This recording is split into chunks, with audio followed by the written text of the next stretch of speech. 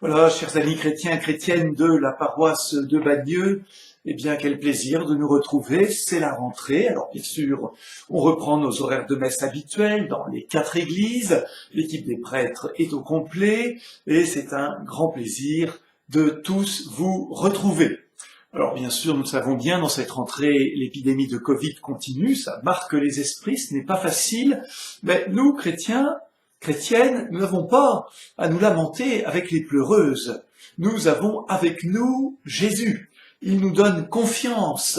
Et on peut vraiment dire que la confiance en Dieu est un puissant vaccin. D'abord parce que Jésus nous exhorte à la confiance totale. Hommes et femmes de peu de foi, pourquoi avez-vous peur? Dit-il face aux disciples qui sont dans cette barque balayée par les vents. Rappelez-vous, Jésus marche sur la mer et vient nous rejoindre. Et puis, deuxièmement aussi, deuxième vaccin, rappelons-nous, l'homme et la femme, nous avons été créés à l'image et à la ressemblance de Dieu. C'est-à-dire avec une intelligence capable de trouver des solutions à tous les problèmes. Les efforts des chercheurs, des médecins, des gouvernements, de la société, des citoyens vont bientôt porter du fruit.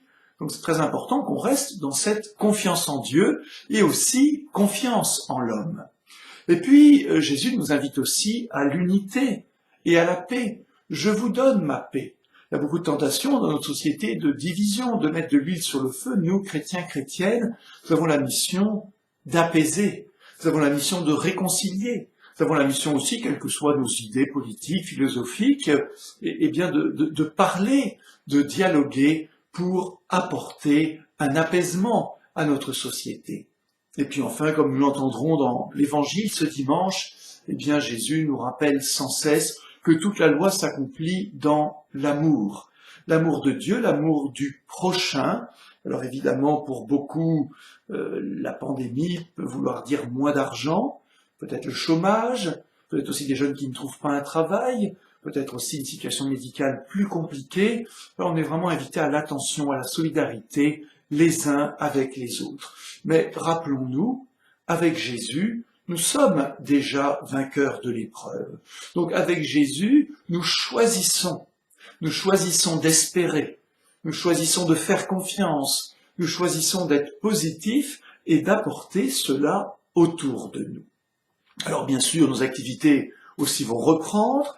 Bien évidemment, nous continuerons à être vigilants et prudents, nous appliquerons les consignes gouvernementales, à la messe ça continue comme avant, le catéchisme des enfants, des jeunes appliquera les consignes des écoles avec la même rigueur, la même attention. Dans nos groupes aussi, nous serons vigilants au port du masque, au gel, aux mesures de distanciation, mais il n'y a rien qui nous empêche de reprendre avec ferveur, avec joie notre vie paroissiale, et bientôt l'équipe d'animation pastorale vous présentera le programme de notre année. Alors frères et sœurs, à bientôt, à dimanche.